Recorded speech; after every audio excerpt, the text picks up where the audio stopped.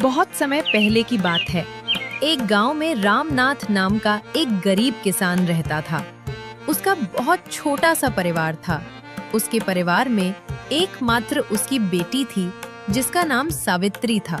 रामनाथ ने बहुत ही शौक से सावित्री को शहर में पढ़ने के लिए भेजा था। रामनाथ की बेटी सावित्री बहुत ही गुणवान और होशियार थी। उसी गांव में धर्मवीर सिंह नाम का एक लालची और बेईमान जमींदार रहता था। वो अपने जमीन गरीब किसानों को ठेके पर देता था और उस जमीन के बदले वो गरीब किसान से बहुत ज्यादा कर वसूलता था। जमींदार धर्मवीर सिंह बहुत ही ज्यादा लालची था।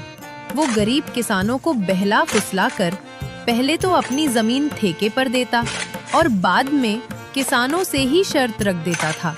इन गरीब किसानों की भी क्या जिंदगी है, बस 2 वक्त की रोटी के लिए दिन भर काम करते रहते हैं और पूरी जिंदगी 2 वक्त की रोटी के लिए तरसते रहते हैं। और मुझे देखो, मैं बस इन्हें आदेश देता हूँ और समय आने पर सारी फसल हमारे गोदामों में भर जाती है और ये गरीब किसान हमारे आगे जी हुजूरी करते रहते हैं और हमारे सारा काम करते रहते हैं। इसे कहते हैं दिमाग हो तो धर्मवीर सिंह के जैसा, वरना ना हो। हाँ मालिक, आप तो यहाँ के जमींदार हैं और किसानों को अपनी मुट्ठी में रखते हैं। इनको कैसे इस्तेमाल करना है ये आप भली भांति जानते हो। मालिक, यहाँ क्या अगल बगल के और भी गांव पर आप ही का राज्य है? आपकी मर्जी के बिना तो एक पत्ता भी नहीं हिलता। इसीलिए तो मैं यहाँ का राजा हूँ। मैं इन बेवकूफ किसानों को ऐसी ऐसी शर्त पर जमीन उधार दे रखी है कि मेहनत ये करते हैं और फसल मैं अपनी मुट्ठी में कर लेता हूँ। आखिर इनकी औकात ही क्या है मेरे सामने। जमींदार अपने नौकर से ये सब बातें कर ही रहा होता है, तभी उसके पास एक रामनाथ नाम का एक गरीब किसान आता है जो बहुत दुखी और परेशान होता है। मालिक, मैंने सुना है कि आप किसानों को जमीन ठेके पर देते हो। अरे हाँ भाई, तुमने बिल्कुल ठीक सुना है। मैं अपनी जमीन किसानों को ठेके पर देता हूँ। तो मालिक, आप मुझे भी अपनी जमीन ठेके पर दे दीजिए। मैं भी आपकी जमीन पर 1 साल के लिए ठेके पर काम करना चाहता हूँ। मेरा नाम रामनाथ है और मैं पास के ही गांव बरसाना में रहता हूँ। अच्छा ठीक है रामनाथ, मैं तुम्हें अपनी जमीन ठेके पर देता हूँ, पर दे दूंगा। लेकिन मैं अपनी जमीन ठेके पर देने पहले कुछ शर्त रखता हूँ, ठीक है? ठीक है मालिक, मैं आपकी शर्त मानने के लिए तैयार हूँ। बताइए, आपकी क्या शर्त है? शर्त ये है कि तुम्हें मेरी जमीन पर काम करना होगा और 1 साल के बाद उस जमीन पर जो भी फसल उगेगी उसका आधा हिस्सा तुम्हारा होगा और आधा हिस्सा मेरा होगा। जी ठीक है मालिक, मुझे आपकी शर्त मंजूर है। जमींदार से जमीन की कागजी कार्रवाई करने के बाद रामनाथ अपने घर चला जाता है और अगले दिन खेती करने के लिए उस खेत में पहुंच जाता है। चलो, अब जमींदार साहब से जमीन तो ले ली है, अब इसमें खेती करना शुरू कर देता हूँ। उम्मीद है इस जमीन पर अच्छी फसल होगी। मुझे इस जमीन पर बहुत मेहनत करनी होगी, तभी मेरे लिए कुछ बच पाएगा। रामनाथ उस खेत पर दिन रात मेहनत करके फसल उगाता है। कुछ महीनों बाद गेहूं की फसल उगकर तैयार हो जाती है और रामनाथ गेहूं की फसल की कटाई शुरू कर देता है। रामनाथ के उगाए हुए फसलों की खबर जमींदार धर्मवीर सिंह के कानों तक पहुंचती है। क्या मालिक, आपको पता नहीं है क्या? आज मदन अपनी फसल की कटाई कर रहा है। इस साल तो रामनाथ ने बहुत अच्छी गेहूं की फसल उगाई है। रामनाथ ने जो गेहूं की फसल उगाई है वो तो एकदम से लहलहा रही थी। रामनाथ ने उसकी कटाई करना शुरू कर दिया है। क्या सच में? ये तो बहुत अच्छी खबर है कि रामनाथ आज फसल की कटाई कर रहा है। चलो चलकर देखते हैं। इस बार तो गेहूं की फसल बहुत अच्छी हुई है। अगर आधी जमींदार साहब भी ले जाएंगे तो फिर भी मेरे पास कुछ तो बच ही जाएगा। अरे रामनाथ, तुमने तो फसल तैयार कर दिया और इस बार की फसल तो बहुत अच्छी लग रही है देखने में। हाँ मालिक, इस बार मैंने गेहूं की फसल लगाई है। इतनी अच्छी गेहूं की फसल उगाने के लिए इस बार मैंने अपना खून पसीना एक कर दिया है। मैंने दिन रात मन लगाकर इस खेत में बहुत मेहनत की है, तब जाकर इतनी अच्छी फसल हो पाई है। इसलिए अब तो मैंने कटाई भी शुरू कर दी है। अरे ओ रामनाथ, ये तो मेरी उपजाऊ जमीन का कमाल है। तुम्हारी मेहनत से कुछ नहीं हुआ है, उपजाऊ जमीन के कारण इतनी अच्छी फसल हुई है। तुम्हारी मेहनत हो या ना हो, फसल तो अच्छी होनी ही थी। मालिक, खेत भले ही उपजाऊ हो, अगर उसमें मेहनत नहीं होगी तो फसल कैसे उगेगी? मैंने बहुत मेहनत की है इस खेत में। ज्यादा मत बोल रामनाथ, मेहनत तो किराए के मजदूर भी करते हैं। असली कमाई का हकदार तो वही है जिसकी जमीन है। शर्त के मुताबिक जल्दी से मेरे फसल का आधा हिस्सा निकाल। चल जल्दी कर, मुझे बहुत सारे काम हैं, मुझे वापस भी जाना है। ये कहकर जमींदार रामनाथ से सारी गेहूं की अच्छी फसल लेकर चला जाता है और खराब फसल रामनाथ के पास छोड़ देता है, जिसे देखकर रामनाथ मायूस हो जाता है। हे ईश्वर, इतनी जीत और मेहनत करने के बाद बस इतनी सी फसल मेरे हाथ आई है। हम गरीबों को लोग ऐसे ही लूटते हैं। इतनी मेहनत करने के बाद भी हमारे हाथ में कुछ नहीं आता है। हे ईश्वर, कब मेरी अपनी जमीन होगी? रामनाथ इसी तरह अपनी जिंदगी काट रहा था। कुछ महीनों बाद रामनाथ की बेटी सावित्री, जो शहर पढ़ने के लिए गई थी, वापस गांव आ जाती है। वापस गांव आने पर जब उसने गांव का नजारा देखा तो उसे बहुत दुख हुआ। पिताजी, हमारे गांव का ऐसा हाल क्यों है? गांव के सभी लोग दुखी और परेशान नजर आ रहे हैं। आखिर बात क्या है? सावित्री बेटा, इस गांव में गरीब किसान की यही किस्मत है। जमींदार धर्मवीर सिंह जैसे लोग हमारी गरीबी का फायदा उठाते हैं। मेहनत हम करते हैं और उसका फायदा जमींदार धर्मवीर सिंह जैसे लोग खा जाते हैं। हमारे पास ना अपनी जमीन है और ना अधिकार। हम गरीब किसान बस मेहनत करते हैं और भूखे रहते हैं। किसानों की ऐसी दयनीय स्थिति को सुनकर सावित्री बहुत दुखी हो जाती है। पिताजी, आप चिंता मत कीजिए, अब मैं आ गई हूँ और यह अन्याय अब और नहीं चलेगा। आज से मैं आपके साथ खेतों में काम करूँगी और उस लालची जमींदार को उसी की शर्तों में बांध दूंगी। अगले ही दिन सावित्री जमींदार धर्मवीर सिंह के यहाँ पहुँच जाती है। अरे सावित्री, तुम यहाँ कहो, क्या बात है? मुझे ठेके पर कुछ जमीन चाहिए। तुम तो एक लड़की हो, अब तुम खेती करोगी? अरे तुम अभी बच्ची हो, तुम्हारे अंदर इतना दम नहीं है। तुम पढ़ी लिखी लड़की हो, खेती नहीं कर पाओगी। नहीं मालिक, ऐसा मत बोलिए। भले ही मैं पढ़ी लिखी हूँ, मगर हूँ तो एक किसान की बेटी ही ना। खेती करना मुझे अच्छी तरह से आता है। अच्छा चलो ठीक है, तुम्हारी बात मैं मान लेता हूँ। वैसे भी काम का क्या रह गया है? पढ़ लिख कर तो सभी ऐसे ही बेरोजगार घूम रहे हैं। आपका बहुत बहुत धन्यवाद मालिक।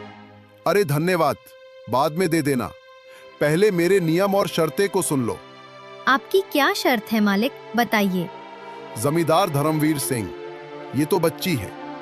इस बार कुछ ऐसी शर्त बता देता हूँ जिससे इसकी सारी फसल मेरी हो जाएगी। वैसे भी इसके पिता रामनाथ हर साल गेहूं ही लगता है, तो ये भी गेहूं ही लगाएगी। अच्छा सावित्री सुनो, तुम जो भी फसल लगाओगी उसका आधा हिस्सा मैं रखूंगा और आधा हिस्सा तुम रखोगी। लेकिन ऊपर का हिस्सा मैं रखूंगा और नीचे का हिस्सा तुम रखोगी। अगर तुम्हें मेरी ये शर्त मंजूर है तो बोलो। ठीक है मालिक, मुझे आपकी शर्त मंजूर है, ऐसा ही होगा। अगले दिन से सावित्री अपने पिता के साथ खेतों पर काम करना शुरू कर देती है। सावित्री ने इस बार धान की बजाय आलू की फसल लगाई और कुछ महीने बाद फसल तैयार हो गई। आलू की फसल इस बार बहुत अच्छी हुई थी। अब सावित्री और उसके पिता दोनों खेत से आलू की फसल निकालने लग जाते हैं। फसल की खबर मिलते ही जमींदार धर्मवीर सिंह सावित्री के पास आता है। अरे सावित्री, शर्त तो याद है ना तुम्हें? मालिक, मुझे सब कुछ याद है। आधा आपका और आधा मेरा। और आपने कहा था कि ऊपर का हिस्सा आपका होगा और नीचे वाला का हिस्सा मेरा होगा। देखिए मालिक, इसने तो चालाकी कर दी। ये धान की फसल नहीं है, ये तो आलू की फसल है मालिक। अरे ये क्या सावित्री, इस बार तुमने आलू लगाया है? ये तो आप ही की शर्त थी मालिक, और आपने ही शर्त बताई थी, और अब आप ही शर्त मानने को तैयार नहीं है। अरे लेकिन मैं इस घास फूस को लेकर क्या करूंगा, जबकि सारे आलू तो तुम ले रही हो।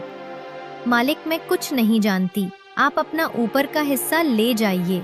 इस तरह अपनी चालाकी दिखाते हुए सावित्री ने बेईमान जमींदार को मुंह तोड़ जवाब दिया और सभी आलू लेकर घर आ गई और घास फूस जमींदार के हिस्से छोड़ आई।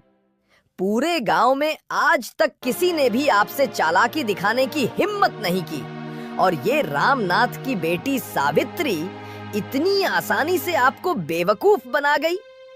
अरे ये रामानाथ की बेटी मुझे क्या बेवकूफ बनाएगी? आने दो, इसे अगली बार उसे ऐसा सबक सिखाऊंगा कि मुझसे उलझने की कोशिश नहीं करेगी। कुछ दिनों के बाद सावित्री दोबारा जमींदार के घर जाती है। कैसे है मालिक? अरे सावित्री, फिर से तुम कहो, क्या चाहिए तुम्हें? आपकी जमीन ठेके पर चाहिए थी। ठीक है, मैं तुम्हें अपनी जमीन ठेके पर दे दूंगा, पर मेरी इस बार की शर्त भी कान खोल कर सुन लो लड़की। इस बार तुम्हारी कोई चालाकी नहीं चलेगी लड़की। इस बार नीचे का हिस्सा मैं लूंगा और ऊपर का हिस्सा तुम्हारा होगा। क्या तुम्हें मेरी ये शर्त मंजूर है? मालिक मुझे आपकी शर्त मंजूर है। मालिक इस बार फसल के ऊपर का भाग मेरा ही होगा। इस तरह सावित्री जमींदार से बात करने के बाद घर आ जाती है। इस बार भी सावित्री दोबारा खेती करने की तैयारी में जुट जाती है।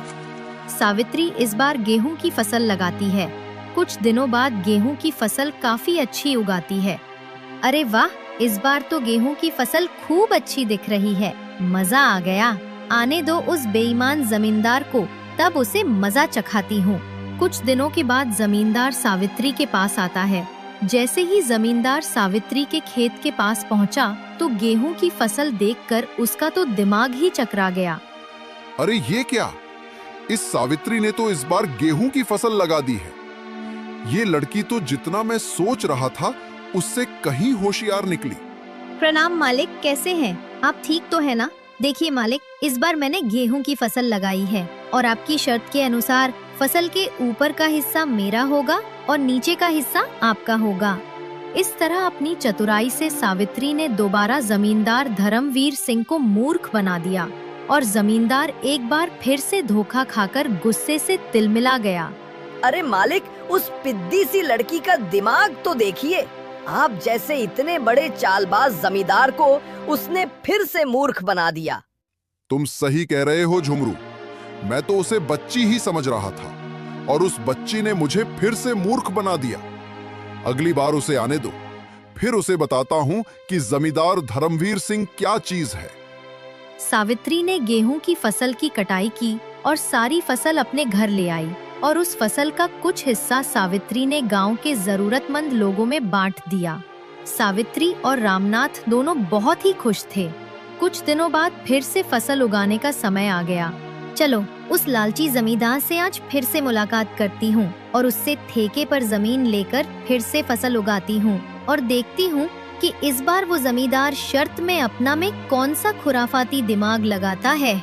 यह सोचकर सावित्री ठेके पर जमीन के लिए उस जमींदार के पास फिर से जाती है। अच्छा, तो तुम मुझसे मिलने के लिए फिर से आ गई। देखो लड़की, तुम मुझसे ज्यादा होशियार बनने की कोशिश मत करना। मैं भी जमींदार धर्मवीर सिंह हूँ। मुझे होशियारी नहीं आती है मालिक, मैं तो एक गरीब किसान की बेटी हूँ। होशियार तो आप लोग हैं जो गांव के गरीब किसानों की मजबूरी का फायदा उठा रहे हैं। अपनी जुबान पर काबू रखो सावित्री। ये तुम क्या बोले जा रही हो? जिस काम के लिए आई हो वो बात करो।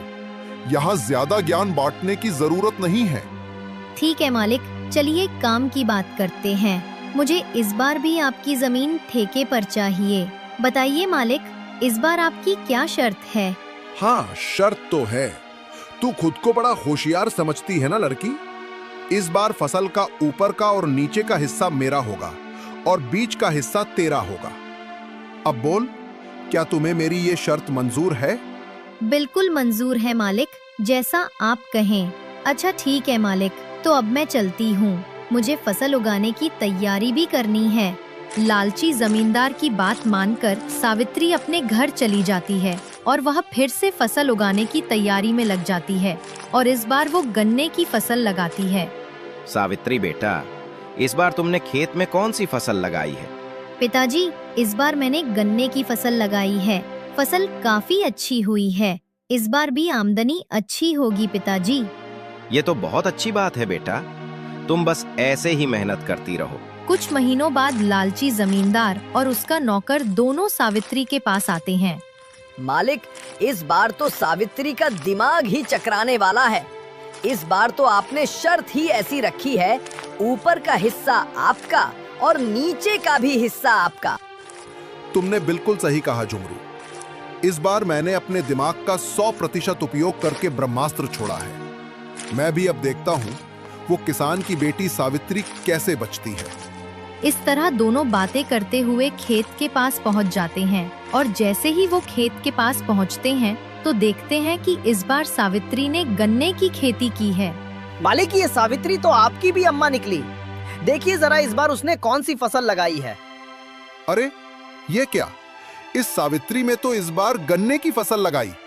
अब बताओ भला, ऊपर का और नीचे का हिस्सा मेरा होगा और बीच का हिस्सा उसका होगा। मतलब इस बार भी मेरे हिस्से में घास फुंसी आनी है। मैं इस बार भी बेवकूफ बन गया, मान गया इस किसान की बेटी के दिमाग को। अरे मालिक, आप आइए आइए। कैसे हैं आप दोनों? आपस में क्या खुसूर फुसूर कर रहे हैं? अरे वाह, एक तो चोरी, ऊपर से सीना जोरी। तुमने मुझे इस बार भी बेवकूफ बना दिया ना। नहीं मालिक, जरा मुझे भी तो बताएं कि मैंने आपको क्या बेवकूफ बनाया है। मालिक, आप तो गांव वालों को बेवकूफ बनाते हो। देखिए मालिक, इस बार मैंने गन्ने की फसल लगाई है और आपकी शर्त के मुताबिक इस फसल का ऊपर का और नीचे का हिस्सा आपका होगा और बीच का हिस्सा मेरा होगा। अरे ओ किसान की बच्ची, मालिक को ज्यादा होशियारी दिखाने की कोशिश मत करो। बेईमानी और मक्कारी में ये सबके बाप हैं बाप। ये खेत भी हमारा है और इसमें लगी फसल भी हमारी है। अरे ओ जुमरू, बस कर, ज्यादा चिल्लाने की जरूरत नहीं। शायद ये हमारी ही करनी का फल है। हमने गांव के भोले भाले किसानों को बहुत ठगा है और आज पहली बार किसी ने हमें ठगा है। इस लड़की ने हमारी आंखें खोल दी हैं। अब मैं समझ चुका हूं कि बेईमानी का फल हमेशा बेईमानी ही मिलता है। इसलिए आज के बाद मैं किसी भी किसान को परेशान नहीं करूंगा और सभी किसानों को उनकी मेहनत का बराबर का हक दूंगा। जितनी भी किसानों की जमीन मेरे पास गिरवी है, मैं उनको सारे कागज वापस कर दूंगा और कभी भी उनकी गरीबी और लाचारी का फायदा नहीं उठाऊंगा। मालिक, आपने तो ये बहुत अच्छी बात कही है। एक किसान दिन रात मेहनत करता है अपने परिवार के लिए, मगर ना ही कभी वो अच्छे कपड़े पहनता है और ना ही कभी वो अच्छा खाना खा पाता है। अपने परिवार का पेट भरने के लिए वो दिन रात अपना पेट जलाकर खेतों में मेहनत करता है। ऐसे में इन गरीब किसानों के साथ बेईमानी करना और उन्हें तकलीफ देना अच्छी बात नहीं है। इसलिए इनका हक तो इन्हें मिलाना ही चाहिए। आप इनको इनकी जमीन वापस लौटा दीजिए मालिक, और अभी भी समय है। सच्चाई के रास्ते पर आ जाइए, नहीं तो आपको इससे भी बड़ा नुकसान झेलना पड़ सकता है।